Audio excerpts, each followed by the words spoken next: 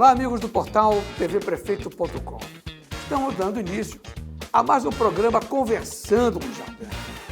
Nosso convidado de hoje é professor, historiador, poeta, músico, compositor e também membro da Academia Duque Caxiense de Letras e Artes. É professor José Silva. Professor José, é um prazer muito grande você participar do nosso programa. É um privilégio receber aqui em nosso programa. Gostaria que você se apresentasse, falasse um pouquinho sobre a sua história, a sua vida, esse currículo todo tão bacana que você tem, além de ser membro da Academia Duque Caxiense aqui no município. Gostaria que falasse um pouquinho sobre a sua vida, sobre a sua história, de onde você veio, sua origem. Tá? Fica à vontade. Obrigado, é um prazer, né, fazer parte desse programa, Jardanes, e falar um pouco da cultura, né, falar um pouco da minha história, que ao longo dos últimos 20 anos eu venho trazendo um pouco do olhar da nordestinidade para esse lugar que é um berço de nordestinos, né?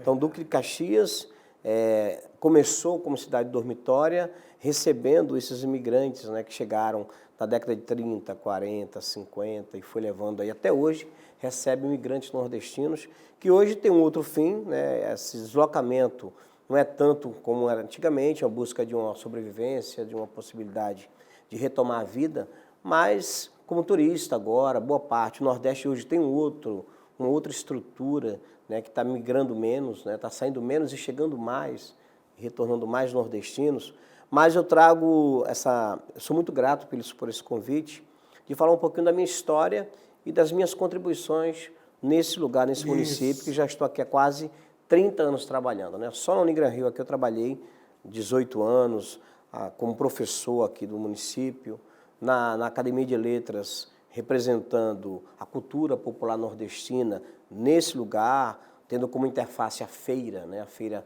Nordestina de Duque de Caxias. Então eu sou muito grato por esse convite para falar no seu programa sobre os meus aspectos identitários, que está muito ligado à cultura duque caxiense. Então, como você bem falou, a minha formação ela é interdisciplinar. Eu sou historiador de formação, pedagogo, artista visual, xilógrafo, poeta, músico, multimusicista, né? Trabalho com vários instrumentos musicais, desde que eu me conheço como gente. A minha formação musical foi muito cedo, né? Comecei muito cedo. Também me especializei em terapia, em música, em arte-terapia. Meu doutorado foi em culturas e artes, né? Meu pós-doutorado foi em arte popular, né? Então, veja que é um olhar interdisciplinar, né? Aqui eu não falo do meu currículo, mas da minha trajetória enquanto amante da cultura, né? E o que é Duque de Caxias, senão esse lugar que abraçou esses migrantes e que hoje boa parte da composição populacional ela é, né, descendente de nordestinos, né? Você é de Pernambuco? Sou pernambucano. Pernambucano? Sou lá do Agreste pernambucano, né, de Cumaru, a 120 quilômetros da capital pernambucana. E tenho a honra, né, de representar parte desses artistas baixadenses, né, que fico boa parte do meu dia em Duque de Caxias trabalhando como professor na Academia de Letras. Há quantos anos chegou nessa região? Eu cheguei aqui... Rio de Janeiro, como é que foi? Como é que foi o que trouxe você para o Rio de Janeiro? Pois como é que chegou ao Rio de Janeiro? A minha vida para o Rio de Janeiro foi um convite, né? Um convite para passear e passar uma temporada de carnaval. Opa! Como eu era músico, guitarrista, né? Como músico, chegou aqui como Cheguei como músico, né? Músico, né? Então, assim que cheguei, já me organizei e já, enfim, tramaram tudo para eu ficar por aqui, né? O meu tio, ele quando me convidou, ele tinha uma intenção de que eu pudesse chegar aqui e ajudar, né? Eu sou franciscano de comunidade, né? Eu sou um católico franciscano e a comunidade precisava de um professor de música, de alguém que liderasse o grupo jovem, a música na igreja, né? Uma comunidade grande. E a intenção do meu tio era essa, na verdade. Eu pensei que fosse apenas um passeio. Por isso que fiquei, estou aqui há 37 anos, casei, minha esposa também é carioca, minhas filhas. E, como eu falei, é um lugar que me acolheu bem, né? Eu nunca me senti menor ou desrespeitado enquanto migrante, muito pelo contrário. Sempre fui bem acolhido em todos os espaços que eu entrei. Na escola, na academia, na universidade, no instituto, sempre fui bem acolhido. Então, o que eu tenho é agradecer a comunidade duque caxiense, agradecer a comunidade também meritiense, né, porque eu estou nesses dois municípios, né, trabalhando lá e cá. Você é vizinho aqui? Vizinho, né, o tempo inteiro. E trago um pouco da minha literatura, da minha produção intelectual como escritor, como professor, sobre a cultura nordestina, né? E aí é importante a gente reforçar o quanto a cultura nordestina ela transformou a economia local desse município, né? Começando pela feira. A feira começa, né? Todas as grandes cidades, ela começa em sua maioria pelas feiras, né? Que vai gerando ali um espaço de comércio, vai gerando ali um povoado, um arruado, depois um bairro e logo um município, né? Um município ali consegue se estabelecer. Então, o Duque de Caxias, como Nova Iguaçu, São João, certamente teve como esse princípio motor, né? Essa sua origem nesses povoados que trabalharam o comércio, a cultura popular, que se juntaram e que começaram a construir um lugar seguro, né? Um lugar que não que só vendesse seus produtos, mas que também se manifestasse e que também tivessem condições de representar sua cultura, mesmo fora do seu lugar de pertença. A feira é exatamente isso aí. Um lugar de encontro. Inclusive no documentário, que você participa do documentário Viva a Feira, Viva a Feira de Caxias, você já coloca isso aí do pertencimento, da saudade. Do lugar de encontro. Agora, né? e você tem saudade da sua terra natal? Você volta lá de vez em quando? E a questão aqui, quando você tem saudade de comer uma comida típica, aí você encontra aqui no Rio de Janeiro, Veja, hoje o Nordeste está em todo lugar, né? Hoje, Duque de Caxias é uma interface do Nordeste. A Feira de Caxias é um pedacinho do Nordeste. Então, hoje, quando eu sinto saudade, eu venho à feira, de verdade. Né? E aqui da culinária da Dora, da rainha da buchada de bode, que tem outros espaços também, mas a Dora tem essa tradição de manter esse tempero forte, né? Firme, esse tempero mais nordestino. Então, a culinária, ela representa um pouco da nossa memória, né, gustativa, e quando a gente sente saudade do lugar, nada melhor do que a Feira de Caxias para ouvir a voz daquele que representa melhor sua cultura, sua identidade, ouvir as músicas que também te representam, né, e também compartilhar experiências, né. Por isso que eu falo que é um lugar de encontros e desencontros, é um lugar de memória. Então, eu sempre volto quase todo ano para o Nordeste, né? Em especial para Pernambuco. O Nordeste é uma região que tem 9 estados, né? E alguns conceitos ao longo da história precisam ser melhor respondidos, né? A nossa literatura, eu sempre falo que a nossa literatura, ela não conta a verdadeira história do Nordeste, né? O Nordeste foi esquecido quando o ciclo do açúcar quebrou. Então, o ciclo do açúcar quebrou, o nordestino também foi esquecido junto com o ciclo do açúcar. O eixo econômico foi transferido para o centro-sul, né, para a região sudeste. E aí a economia começou a gerar um outro mecanismo e a população do sudeste começou a ser vista como centro. O nordeste foi esquecido, a cultura e o próprio nordestino. E ao longo da história da música, aproveitando a minha fala, já que eu escrevi isso no meu último livro, ela vem sempre discutindo e trazendo questões de um Nordeste frágil, de um Nordeste pobre, de uma cultura singular, mas de uma cultura menor, e nós sabemos que isso não é verdade. Então, nossa literatura, ao longo da nossa história, eu que falo como historiador, eu sempre discuto em meus artigos o quanto ela é mal contada, ela não é verdadeira. Inclusive das próprias músicas que falam do terror, do medo, do sertão quente, difícil, mas na verdade não é isso. A gente sabe que a maior parte da produção de frutas no Brasil vem do sertão nordestino, né? Que fica ali entre, né, aquele espaço que a gente conhece como Petrolina e Juazeiro. Ali uma riqueza fantástica e atende e assiste não só o Brasil, mas também fora, né? Então a gente percebe que esse lugar pobre, quente, miserável, foi construído numa literatura musical que quem não conhece o Nordeste passa a acreditar nessas inverdades. Eu nunca vou no Nordeste, porque esse Nordeste é pobre, é difícil, é de um povo ignorante, é de uma pobreza sem fim. e isso eu venho questionando há muito tempo, porque vai gerando outros discursos que me incomodam, como eu falei anteriormente, né? Hoje, quando a gente fala de forró, baião, chachado, arrocha, a gente fala de música regional. Mas quando a gente fala de samba, é música brasileira. Calma aí, então o Brasil é um só, né? Então o que é do Nordeste, que compõe 9 estados, é regional, mas o que é do Sudeste é brasileiro. Então essa divisão ainda na literatura existe. Eu acho que os professores de história precisam repensar, né, em suas aulas como falar para o aluno sobre a nossa cultura plural, de um Brasil plural, né? E aí, aproveitando a fala, e aí a gente constrói um discurso de que o Sul é nação e o Nordeste também.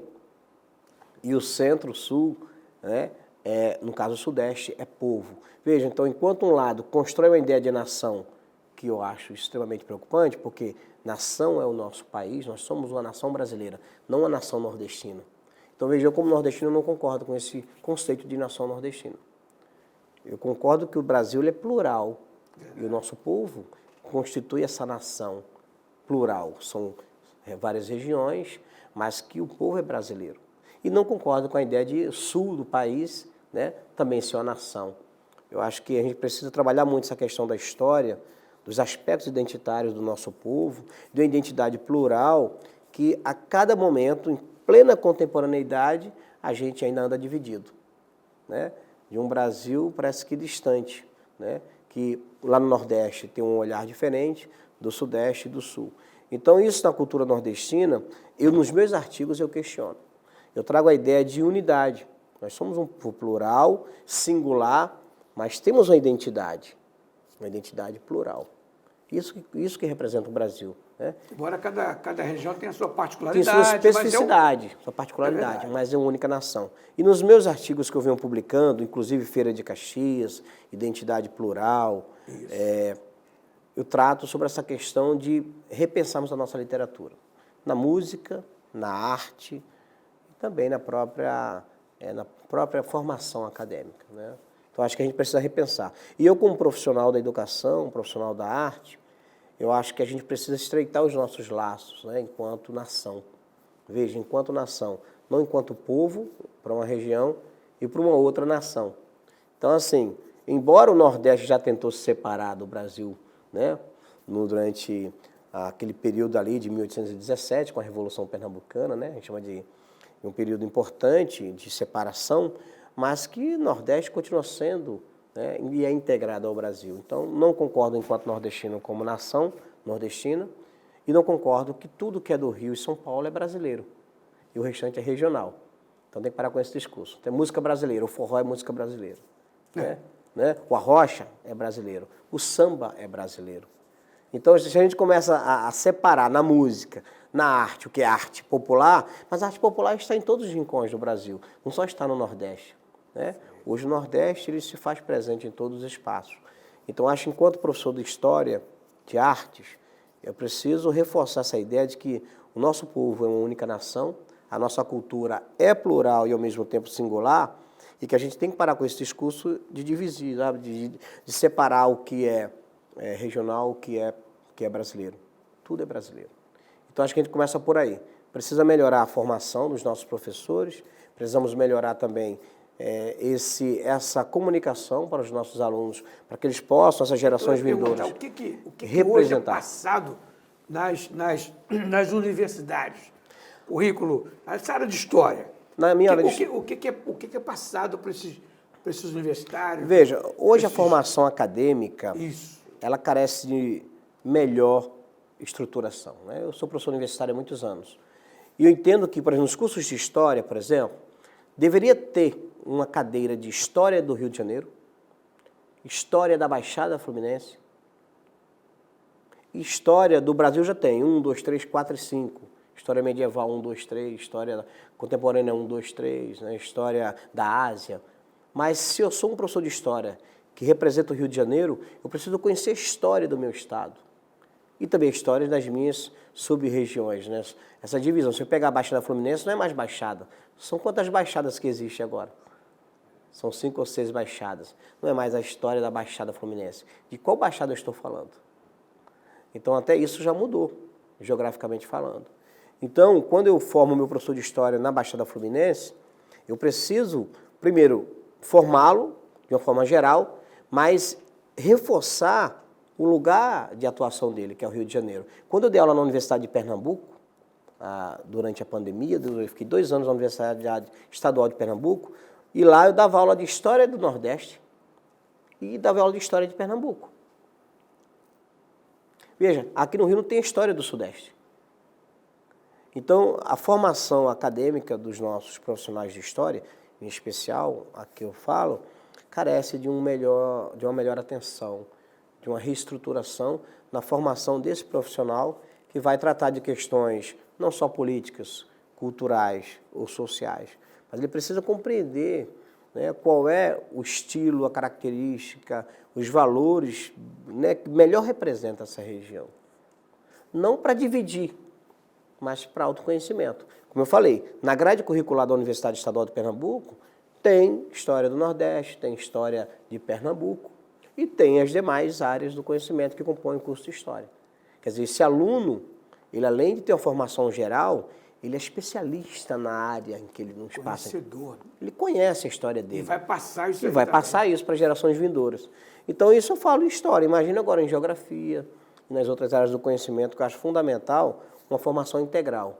Eu sempre falo que a nossa formação, ela sempre carece. Quando eu fiz história, eu lembro que eu não fiquei muito satisfeito e eu vi que algumas lacunas precisavam ser preenchidas. Eu fui fazer filosofia na antiga Gama Filho, vocês devem lembrar. Sim. E na Gama Filho, no curso de filosofia, eu consegui preencher várias lacunas que a formação de história não preencheu. Por mais que eu fizesse uma especialização em história, um mestrado, um doutorado, ainda assim, alguma coisa iria ficar vago. E eu, enquanto profissional da educação, eu preciso aprender para que eu possa passar melhor essas informações para os meus alunos, né? A minha responsabilidade é grande na formação humana e na formação intelectual desses jovens. Então, veja, estou aqui no Rio de Janeiro há 37 anos aproximadamente, sempre me envolvi com educação. Sempre me inseri no campo da arte, da música, da poesia, da escrita, né? Porque eu escrevo artigos semestralmente, internacionalmente, publico, nacionalmente também. Então, esse ano eu já publiquei 3 vezes, fora do país e no país, né? No Brasil. E já deve estar saindo uma nova publicação em breve agora, num congresso que eu estou fazendo aí, participando, na Rússia. Então, a gente percebe que a gente precisa conhecer melhor, né, o nosso espaço, de onde a gente veio, para que a gente possa ter uma noção, né, onde a gente quer chegar e o que a gente quer deixar como legado da cultura, legado da história. Então, a música, ela sempre vai me acompanhar, a arte, mas de formação eu sou historiador, né? Hoje eu ocupo 90% das minhas salas de aula dando aula de arte. Trabalho em 2 grandes instituições católicas, que lá eu sou professor de arte e de história da arte. E no espaço superior, agora eu estou com estou trabalhando numa nova empresa, que eu sou agora revisor de conteúdo. Então, eu faço correções de conteúdos inéditos que estão escrevendo para as universidades, que eu tenho o privilégio de dar uma olhada e verificar se está legal e o que pode ainda ser melhorado. A gente entrou numa área aí que eu até queria te interromper um pouco, a questão da educação, da cultura. Eu acho que isso aí é uma questão de libertação, que vai libertar, salvar, trazer realmente a independência política, cultural de um país, passa obrigatoriamente pela educação. Não tem outro caminho. Porque quanto mais ignorante for o povo, maior o poder dos governos sobre o povo. Perfeitamente. Se você educar, preparar. Então, fala um pouquinho para a gente sobre a desinformação. Nós estamos vivendo um momento, é outro momento, de muitos fake news, muitas histórias montadas, muita mentira. Isso aí vai alienando, vai passando informações que não são verdadeiras. Como é que você, hoje no campo universitário, como é que você vê isso tudo aí? Você concorda que a mudança profunda que haverá de ocorrer passa obrigatoriamente pela educação? E a história é fundamental nisso aí? A história vai contar tudo isso depois, né? Quem errou ao longo do processo. Eu acredito que a educação seja o único caminho de transformação social, né? É a única forma que vai te libertar dessas amarras da ignorância, né? Dessa escravidão da ignorância. Então, hoje nós vivemos um mundo bipolar, ou você é do bem ou você é do mal. E nós vivemos hoje num momento, né, que, não brincando, mas falando sério, parece que o último legado deixado aí foi a criação de uma nova classe social, que é o pobre de direita, né? Aquele que sonha como rico, vive como rico, mas não é rico, é pobre. Ele sabe que ele precisa entender o lugar dele, de que ele precisa somar forças a essa classe tão sofrida, para que as classes que dominam o mercado, a cultura, a ciência, muitas das vezes nem isso, mas que dominam o poder econômico, tenha mais respeito por elas. Então, hoje a gente percebe que as fake news, elas não são postas assim apenas porque querem, mas porque eles precisam voltar a dominar, né? E uma forma de você enganar aquele que não tem acesso ao conhecimento é através da mídia. A tecnologia ela é fundamental, ela precisa ser aliada, mas quando uma classe que não tem uma formação intelectual, que consegue perceber, né, essa inclinação, essa alienação por parte, né, dos grupos dominantes, eles terminam se perdendo e ao invés de somar força, eles dividem a força dos mais fracos. Hoje a Marilena Chaui, uma das nossas grandes filósofas, ela fala dessa sociedade reacionária, né? Dessa sociedade que nunca foi rica, mas pensa e acha que é rica. E que já foi pobre, mas que não gosta de pobre. Então a gente percebe que está um Brasil difícil. E a gente entende que tem pessoas ainda boas, né? Que todo aquele que busca o conhecimento para se libertar da ignorância ou dessas amarras que por tanto tempo prendeu, eles são vistos como loucos, né? Ou muitas das vezes comunistas ou também de esquerda. É verdade. Né? Então aquele que pensa de forma crítica, que pensa, sabe, não com a mente da razão, mas como disse o nosso, quer dizer, o presidente atual, mas pensar com o coração é difícil. Né? Só pensa com o coração aquele que viveu a dor da fome, a dor da perda, né? A dor da ausência do Estado. Então esse que pensa com o coração, muitas das vezes é aquele intelectual que estuda dia e noite, que lê, que busca aprender e compreender suas mazelas para melhor assistir o outro. Então isso é visto hoje como também uma ameaça. Porque quem está no poder, eu sempre brinco, quem está na casa grande não quer descer para a senzala. Mas quem está na senzala, não é que ele quer subir para a casa grande, ele quer ter também direito, acesso à educação, ao conhecimento, né? Veja, um tempo atrás, numa entrevista, o ministro da Justiça, atual ministro agora do Supremo, foi questionado porque ele usava celular e ele, por ser comunista, o cara falou, não bate, você é comunista usando celular. Veja, mas é justamente isso que os comunistas querem, que todos tenham acesso a tudo, a celular também. Né? Pobre tem que ter acesso à tecnologia, pobre tem que ter acesso à educação de qualidade, pobre tem que ter acesso, né, a oportunidades nas universidades. Então isso é ser comunista? Eu brinco e falo, né, veja, como católico que sou, e sempre deixei bem claro, se Cristo hoje voltasse, ele seria de esquerda ou de direita? Veja, não é nem olhando a questão ideológica, ele estaria do lado do rico ou do pobre? Verdade. Então, se eu sou um cristão, que eu falo tanto do amor de Deus, que sempre cuidou dos mais fracos, então quando eu cuido do mais fraco eu sou de esquerda, eu sou comunista, ou eu apenas tenho essa inclinação para cuidar de quem precisa mais? Todo pai, toda mãe, sempre fica próximo daquele filho que dá mais problema. Por quê? Porque ele precisa mais. Precisa mais. Né? Certa vez eu perguntei à minha mãe, por que a senhora está sempre perto do meu irmão? E ela falou que ele precisa mais. E foi uma lição que eu nunca esqueci. Então não é porque ele era uma pessoa complicada, não, era uma pessoa que precisava mais mesmo de atenção. Né? E a gente sempre tem um irmão que precisa mais de atenção, não é verdade? E às vezes não é porque é doente ou porque dá problemas, é porque ele precisa desse suporte. Professor, como é que você começou a gostar da música? Conta rapidamente. Eu quero te ouvir depois aí. A música, veja que eu sou uma pessoa com vários, né, olhares para a arte, desde a educação, da música, da pintura plástica. Veja, a música sempre me acompanhou desde cedo. E a arte eu sempre vejo como uma forma de transformar, né, de mudar as pessoas. E desde cedo a música me encaminhou para todos os espaços que eu entro, a música foi minha porta de entrada. Para a universidadi foi a música. Para o Exército, quando eu fui convocado e depois, né, terminei sendo promovido a sargento, foi a música que me colocou no Exército. Né? Entrei como músico, depois fui para o pelotão de operações. Então, a música sempre foi o caminho de entrada. E a música, ela é reveladora porque ela transforma a vida. Né? A música, ela educa, a música, ela disciplina e a música, ela também tranquiliza, né, os nossos corações, a nossa mente. Então, desde cedo, a música me acompanhou. E por conta disso, terminei compondo várias músicas, já gravadas até por artistas, aí não hoje muito presente na mídia, mas já tem músicas minhas gravadas aí Brasil afora. É mesmo? Tem. Vamos mostrar uma música pra gente aí? Pode. Essa minha não foi gravada, aquela inédita, eu falo sobre migração, né? Falo sobre regresso.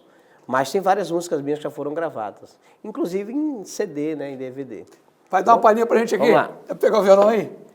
Essa música, como eu sempre falo do processo de deslocamento populacional, da migração, eu como migrante, todo o meu processo acadêmico, eu sempre construí música, fiz músicas, falando do meu momento histórico. Então, quando eu escrevi sobre identidade, eu fiz música sobre identidade. Quando eu escrevi sobre migração, eu fiz a música Regresso. Quando eu escrevi no meu doutorado sobre culinária, eu também fiz música sobre culinária. É mesmo? Então, todo esse meu processo... Um pedacinho de cada um aí. Sempre, né? Então, quando eu... Fica à vontade para escolher o repertório aí. Tá Fala certo. uma palhinha aí. Quando eu escrevi o meu mestrado, né, esse deslocamento populacional em busca de oportunidades, era um outro momento histórico, eu me coloquei nessa mesma condição de translado, de migrante, daquele que sai do seu lugar, muitas das vezes para passear, não para tentar a sorte ou uma oportunidade, mas muitos pensam que todos que migram é porque está fugindo da pobreza. E nem sempre é assim, né? Eu não vim por esse motivo, poderia ter vindo, mas fiquei. Vim para passear e fiquei, né? E construí aqui minha história. Minha formação acadêmica eu devo ao Rio de Janeiro, né? A Baixada Fluminense. Eu me formei nesse espaço. Embora cheguei aqui com o ensino médio incompleto, hoje eu posso falar para minha mãe que ela tem um filho doutor. Eu venci. Sem vaidade, Que mas bacana. que eu ultrapassei, né? Esse lugar de que pobre não vai nem se formar, quanto mais ser doutor, né? É isso Então, que eles querem. Eu quebrei Passar. esse paradigma, pois é. Veja, então é a educação que pode transformar a vida das pessoas. E essa música ela se chama Regresso. Eu digo assim, ó. O meu pecado é desejá-la, minha penitência é não tê-la aqui comigo. Oh, oh. Eu vou voltar pra você, porque você é o meu lugar. Por tantos caminhos andei, mas não me senti de lá. Ainda guardo no peito o vazio da saudade que ficou. Não me acostumei, por onde andei o tempo passou. Só me resta regressar. É o regresso, né? Todo migrante sonha um dia em regressar. Embora, conforme Rodrigues Alves, volte não. Não? Não volte.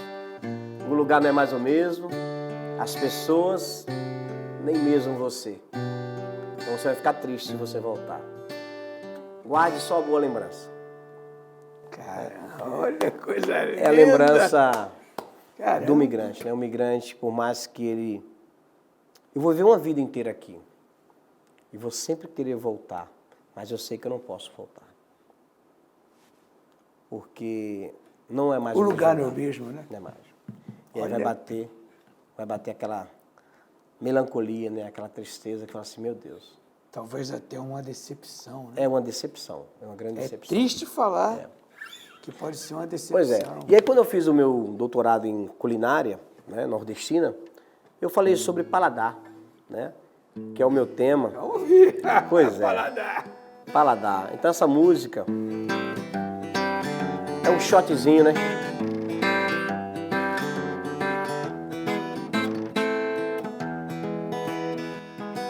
Comer é celebrar, é desfrutar saberes, Comer é conectar, é desfrutar prazeres.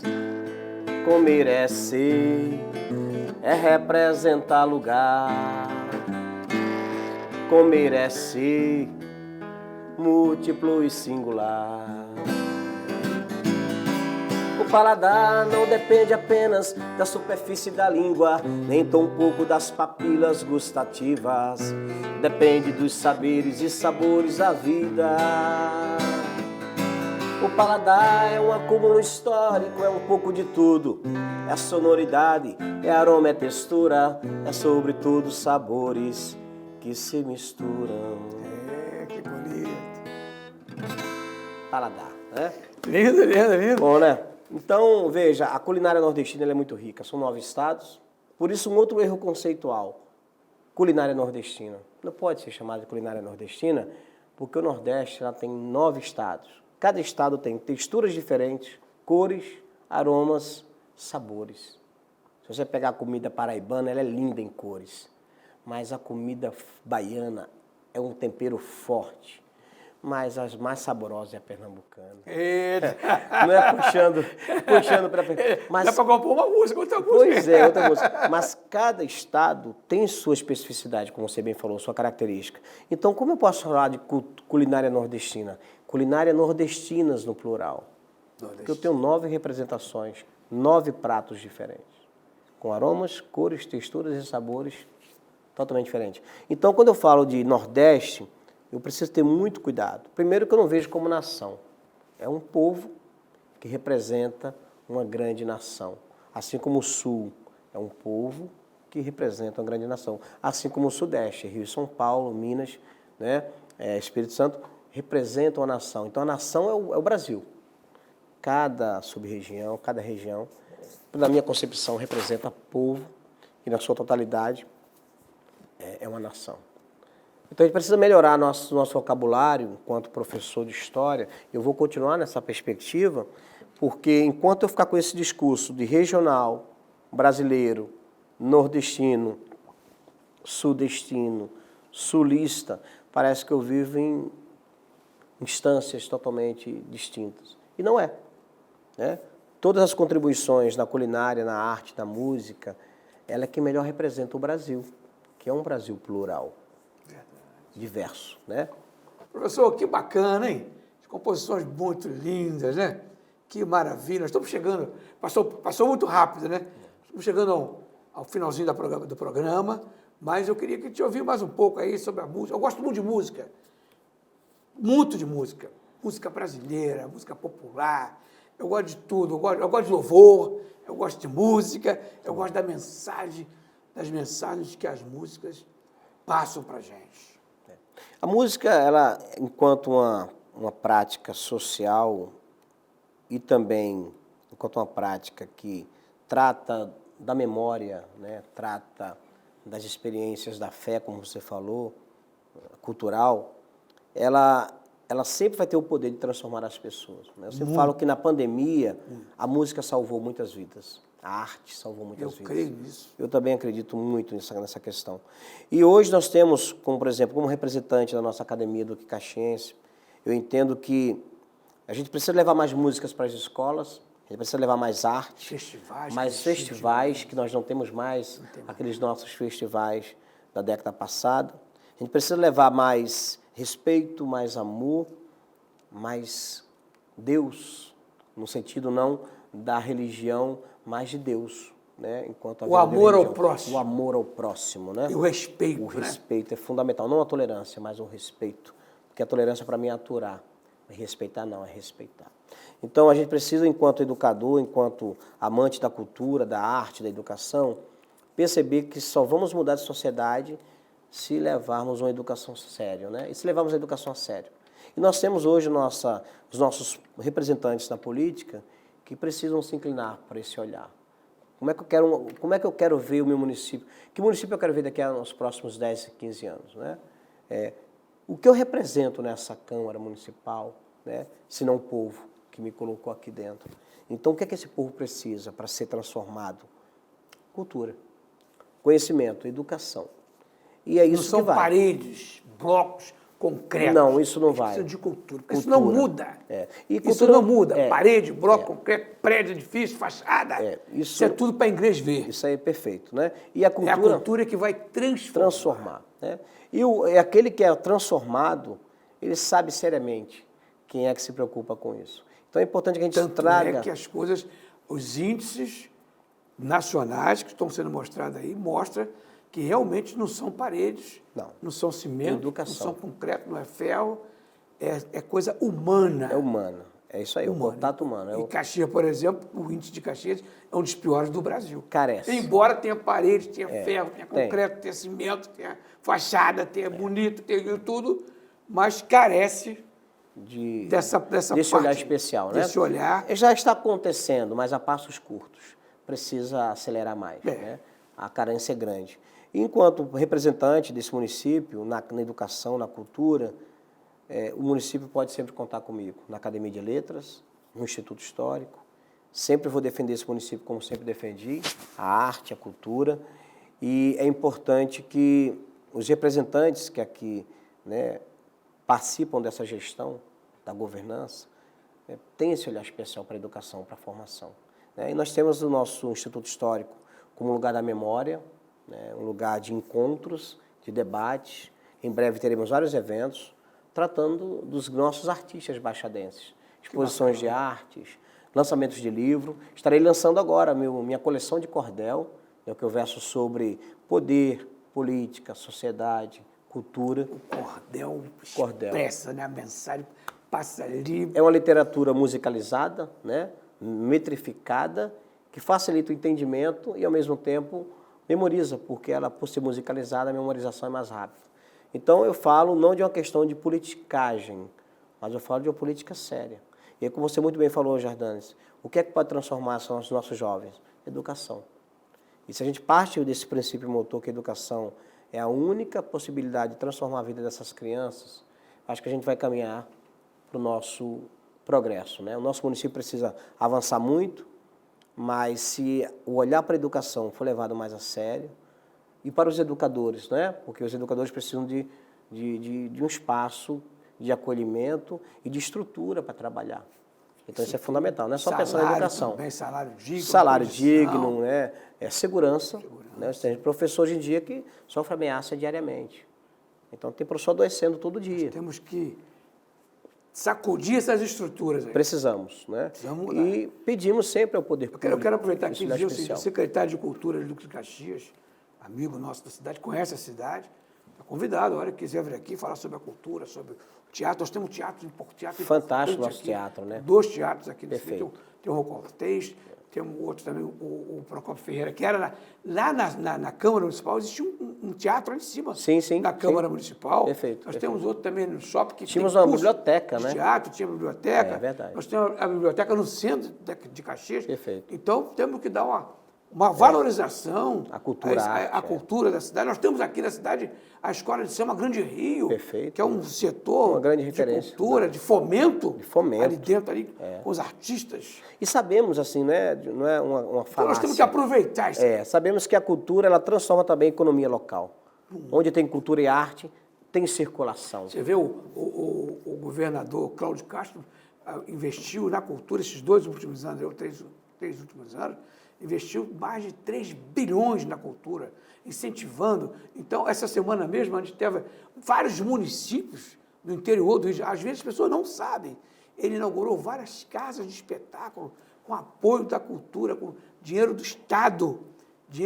Eles condenam a Lei Rouanet, porque eles não têm conhecimento. Perfeito. Quem não conhece... é a Lei Rouanet, Aldir Blanc, eles não têm conhecimento. Não tem conhecimento. Então, nós temos que aproveitar isso aí, mostrar para o povo e dar oportunidade. O pessoal da culinária, o pessoal do artesanato. Da música, da né? música. O músico precisa de beleza, apoio. né? Então, Que assim, maravilha. que os nossos governantes, os nossos representantes possam Não é só Caxias, olhar... toda a região nossa aqui. Sim, é isso. Estou falando no contexto da Baixada, né? Isso. Caxias é um município fantástico, né? Exato. A gente tem de tudo aqui se a gente quiser. Né? Então, a gente precisa desse olhar especial para a formação humana, em especial com o apoio da cultura e da arte, né? Ajudando nesse processo de construção do conhecimento. E para finalizar, Opa! como amante da música, eu sempre canto uma música que representa a minha identidade, que representa a minha cultura. E essa música fala desse translado de duas cidades, né? Que você ama as duas, que você convive com as duas, sem dizer que uma é melhor que a outra, né? Então veja, eu posso muito bem gostar do meu município, sei quais são os erros que ainda continuam se perpetuando, mas eu não posso perder a esperança que boas pessoas vão mudar isso em algum momento. É verdade. Né? Então eu não posso falar mal do meu município, eu posso dizer que a gestão pode melhorar. E sempre vai melhorar, vai poder melhorar. Né? Aí vem. Na margem do São Francisco nasceu a beleza e a natureza ela conservou. Jesus abençoou com sua mão divina, pra não morrer de saudade eu vou voltar pra Petrolina. Jesus abençoou com sua mão divina, pra não morrer de saudade eu vou voltar pra Petrolina. Do outro lado do rio tem uma cidade que em minha mocidade atravessava todo dia. Atravessava a ponte, ai que alegria, chegava em Juazeiro, Juazeiro da Bahia. Ainda me lembro do meu tempo de criança, esquisito era a carranca e o apito do trem, mas achava lindo quando a ponte levantava e o vapor passava num gostoso vai-vem.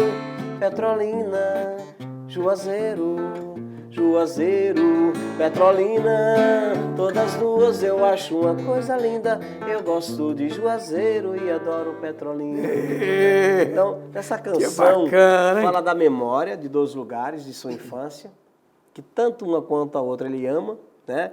E que ele não abre mão delas. Então, que a gente não possa abrir mão do nosso município para buscar outro município. Que a gente não possa abrir mão da nossa cultura e ficar copiando a cultura do outro, né? Eu sou um cara muito fã do grande mestre, né, Ariano Suassuna, né, defensor da cultura brasileira. Veja, não é que ele negava a cultura de fora, ele queria reforçar o valor da nossa cultura, né? Então há quem diga que ele era um cara revoltado, que falava mal da cultura de fora, mas na verdade não era isso. Ele reforçava que a gente não pode ser um Brasil de segunda, a gente tem que ser um Brasil de primeira. Né? E aí tem que valorizar a nossa cultura, a nossa identidade, a nossa arte. Então que todo caxiense tenha honra de ser caxiense, né? Que todo caxiense tenha orgulho de ser caxiense e sem precisar copiar ninguém. Aqui nós temos a cultura, do que é de melhor na cultura, na arte, na culinária, né? Com a Dora e tantos outros representantes. Né? Na educação, temos universidades melhor do Brasil, né? A Universidade aqui de Caxias é uma referência. Então nós temos cultura, nós temos academia, nós temos representantes da cultura e defensores da cultura. Veja, o seu programa, Jardanes, é um espaço de defesa da cultura. É verdade. Veja, eu sei que não sou eu que falo de cultura aqui. Nossa, vocês são fundamentais para a transformação social desse município e transformação cultural. Então, sou muito grato por esse espaço. Talvez eu não tenha falado todas as coisas que eu queria falar. Vamos fazer outro programa. Mas nós temos que fazer outro programa. Vocês estão de parabéns, é um projeto fantástico. Parabéns por esse professor. grande programa. Muito obrigado. Prazer muito grande. Terminamos aqui de conversar com o professor José Silva. Foi uma aula bacana para a cultura, que vai libertar, que vai salvar. Um programa muito bacana. E foi um privilégio, professor. Eu agradeço. Foi uma honra. Essa música que você tocou aí, depois nós temos que marcar uma outra ocasião para o senhor voltar aqui. Perfeito. Eu espero que a gente tenha contribuído muito com a cidade, com quem vai nos assistir. Bacana, assim? Isso aí. Foi um prazer muito grande receber. Prazer foi meu. Jardane Viva Duque de Caxias. Viva Duque de Caxias, viva a nossa cidade. Jardane de Oliveira para o portal tvprefeito.com. Até um próximo encontro.